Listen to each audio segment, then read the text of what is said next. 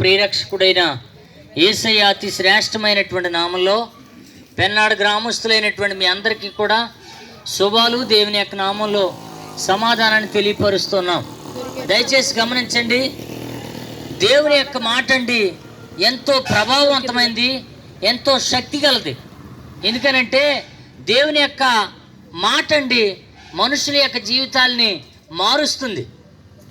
అందుకనే ఈరోజు అలా మారినటువంటి వారే, దేవుని యొక్క మాట ద్వారా వారి జీవితాలు మార్చుకున్న వారే సాక్ష్యం ఇస్తూ ఇలా సమూహంగా దేవుని యొక్క మాటలు ఆయా ప్రదేశాల్లో ప్రకటిస్తూ వస్తూ ఉన్నాం.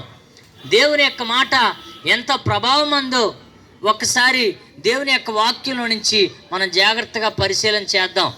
ఏమండి, ఒక ప్రాంతం ఉంది. ఆ ప్రాంతంలో నాయీను అనేటువంటి గ్రామం ఉంది.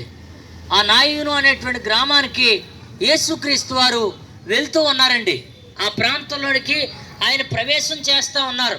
అలా ప్రవేశం చేస్తూ ఉంటుంటే ఆయనతో పాటు తండోపతండాలుగా, వేల కొలదిగా, 10,000 కొలదిగా అన్నట్టుగా యేసుక్రీస్తు వారితో ఎంతోమంది కలిసి వెళ్తూ ఉన్నారండి. అలా కలిసి వెళ్తున్నటువంటి ఆ సమయంలో చూడండి, ఆ ఊర్లో నుంచి వీళ్ళ ఊర్లోనికి వెళ్తూ ఉంటుంటే ఆ ఊర్లో నుంచి బయటికి ఒక శవాన్ని మోసుకుని వస్తూ ఉన్నారు. ఆ శవం ఎలాంటిదనంటే ఒక కుమారుడండి.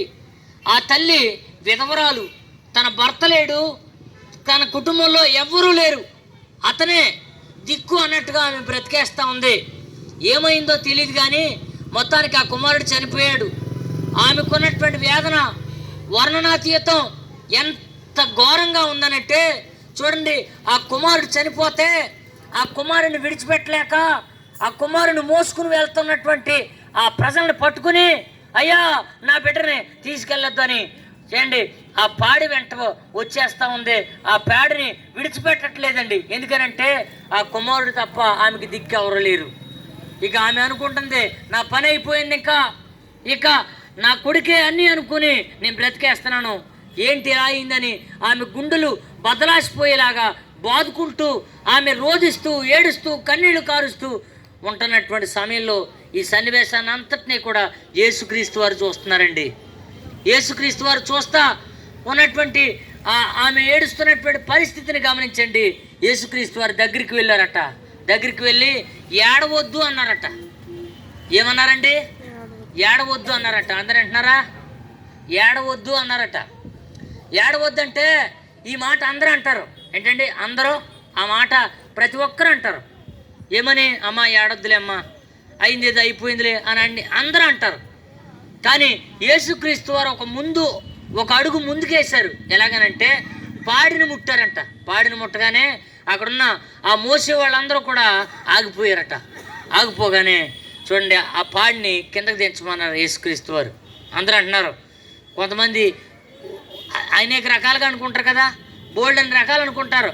అలా అనుకుంటున్నటువంటి వాళ్ళ మాటలు యేసుక్రీస్తు వారు ఏమాత్రం పట్టించుకోలేదు. ఇప్పుడు బాగా వినాలి. దేవుని యొక్క మాట ఎంత ప్రభావవంతమైందనంటే చూడండి, ఆ పాడి కింద పెట్టగానే యేసుక్రీస్తు వారి నోట ఈ మాట వచ్చింది. ఏంటి ఆ మాట? చిన్నవాడా లే అనే మాట యేసుక్రీస్తు వారి నోట రాగానే ఆ చిన్నవాడంట చచ్చిపోయిన వాడంట, అప్పటికే చనిపోయి చాలా గంటలైంది, అలాంటి శవంగా ఉన్నటువంటి ఆ చిన్నవాడండి లేచి కూర్చున్నాడంట. దేవునికి స్తోత్రం. అవునండి, దేవుని యొక్క మాటకి అంత ప్రభావం ఉంటుంది, అంత శక్తి ఉంటుంది. ఆ యొక్క మాట సెలవివ్వగానే చూడండి, ఏ మాట అయితే సెలవిచ్చాడో ఆ మాట జరుగుతుందండి. అందుకనే ఆ మాట సెలవిగానే ఆ చిన్నవాడు లేచి కూర్చున్నాడట. వెంటనే ఆ తల్లికి ఆ బిడ్డను అనుగ్రహించి, లేకపోతే ఆ తల్లికి ఆ బిడ్డను అప్పగించి అక్కడి నుంచి ఆయన వెళ్ళిపోయాడంట. కాబట్టి దేవుని బిడ్డలారా ఆలోచించండి, దేవుని మాటకున్నటువంటి శక్తి ఎంతో ప్రభావవంతమైంది. దేవుని మాటకున్నటువంటి ఆ యొక్క శక్తి ఎంతో గొప్పదండి. దేవుని యొక్క మాట ద్వారానే ఈ లోకాన్నంతటినీ కూడా కలగజేసినటువంటి వాడు.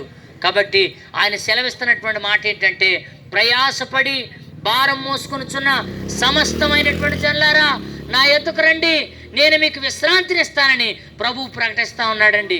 అవునండి, ఒక్కొక్కరికి ఒక్కొక్క భారం. కుటుంబ భారం అయితే, కొంతమందికి వారి జీవితమే భారం అయితే, కొంతమందికి చదువే భారం అయితే, కొంతమందికి వారికి ఉన్నటువంటి కష్టాలే భారం అయితే, ఇలాగ అనేకమైనటువంటి భారాలు మోసుకొని కొంతమంది చనిపోవడానికి సిద్ధంగా ఉన్నారు. కొంతమంది వారి జీవితాలు ఎందుకులే ముగించేద్దాం అని అనుకునే వాళ్ళు ఉన్నారు. అలాంటి వాళ్ళకి ప్రభు అయిన యేసు ప్రకటించేటువంటి మాట ఏంటంటే, ప్రయాసపడి భారం మోసుకొనుచున్న సమస్తమైనటువంటి జనులారా నా యొద్దకు రండి, నేను మీకు విశ్రాంతినిస్తాను. అవునండి, ప్రభు దగ్గర సమాధానం దొరుకుతుంది, ప్రభు దగ్గర పరిష్కారం దొరుకుతుంది, ప్రభు దగ్గర ఎంతో శాంతి దొరుకుతుంది, ఎంతో సమాధానం దొరుకుతుంది. అలాంటి ఈ దేవుణ్ణి మీకు ఇస్తూ ఉన్నాం. ఈ రాత్రి తప్పకుండా ఈ ప్రభుని స్మరించగలిగితే దేవుడు మీ జీవితాల్లో అద్భుతాలు చేయడానికి ఆయన సిద్ధంగా ఉన్నాడు. దేవుడి మాటలు దీవించును గాక. ప్రార్థన చేసుకుందాం. ప్రేమగల ప్రభువా, పరిశుద్ధుడైన మా తండ్రి, మా పరలోక ప్రభు యేసయ్య, మీకు స్తోత్రాలు, వందనాలు. ఈ పెన్నాడ గ్రామంలో ప్రభువా ఈరోజు సువార్త ప్రకటించడానికి మీరు మమ్మల్ని బలపరిచి ఈ గ్రామాన్ని నడిపించారు. మీకు వందనాలు ప్రభువా. అయితే ఈ గ్రామ ప్రజలు ఎంతో చక్కగా మాకు సహకరించారు. మేము ప్రకటించిన ప్రతి మాట విన్నారు ప్రభువా. విన్నవారందరినీ తండ్రి మీరు జ్ఞాపకం చేసుకోండి. నీ మాట ప్రభు ప్రతి ఒక్కరికి మేలు చేస్తుంది కనుక తండ్రి, ఆయన విన్న మాటలు ప్రతి ఒక్కరికి మేలు చేస్తుందని ఈ సమయంలో ప్రభు ప్రార్థిస్తున్నాం. నాయన ప్రభా, ఈ సమయంలో ప్రభా మీరే సహాయం చేయమని, కనికరించమని ప్రభా, విన్న మాటలు నీ బిడ్డల హృదయాల్లో ఫలింపు దయచేయమని ప్రార్థిస్తున్నాం ప్రభా. ఎందుకంటే లోట్లు సరిచేసేవాడు నీవే ప్రభా, సహాయం చేసేవాడు నీవే తండ్రి. నాయన మనుషులైతే ఓదార్చగలరు కానీ ఆ లోటు సరిచేయలేరు. నీవైతే లోట్లు తీరుస్తావు కనుక ప్రభా, నీ మాట ప్రతి ఒక్కరికి మేలు చేస్తుంది కనుక నాయన విన్న మాటలు ప్రభా నాయన నీ ప్రజల హృదయాల్లో ఫలింపు దయచేయండి. ఈ గ్రామాన్ని ఆశీర్వదించండి, ఈ గ్రామంలో ఉన్న ప్రజలందరినీ ఆశీర్వదించండి, ఈ గ్రామ అధికారులను ఆశీర్వదించి, గ్రామ పెద్దలను ఆశీర్వదించండి, ఈ గ్రామంలో ప్రతి ఒక్కరిని మీరు ఆశీర్వదించండి, ప్రతి ఒక్కరికి మేలు చేయండి ప్రభా. విన్న మాటలు వారి హృదయాల్లో ఫలింపు దయచేసి ఈ గ్రామంలో ప్రతి ఒక్కరికి రక్షణ దయచేయమని మేము ప్రభా ఇంతటితో సువార్త ముగించి ప్రభా వెళుతుండగా మీరే తండ్రి కార్యం చేయమని, ఈ రాత్రి జరగబోయే సువార్త కోటలో కూడా మీరుండి ప్రభా నడిపించమని, సహాయం చేయమని, ఈ పెన్నాడ గ్రామాన్ని మీరు ఆశీర్వదించమని, దీవించమని, ఈ యొక్క నాయన సువార్తలో పాలు పంచుకున్న ప్రతి ఒక్కరిని తండ్రి దీవించమని, విన్న మాటలు ప్రతి ఒక్క హృదయంలో ఫలింపు దయచేయమని యేసునామములో ప్రార్థిస్తున్నాము తండ్రి, ఆమేన్. మన తండ్రి అయిన దేవుని ప్రేమయు, కుమారుడు యేసుక్రీస్తు వారి కృపయు, పరిశుద్ధాత్మ సహవాసమైన సన్నిధి ఇక్కడ ఉన్న మనకుని విన్న వారందరికీ సదాకాలం తోడైండును గాక. ఆమేన్, ఆమేన్, ఆమేన్. అందరికీ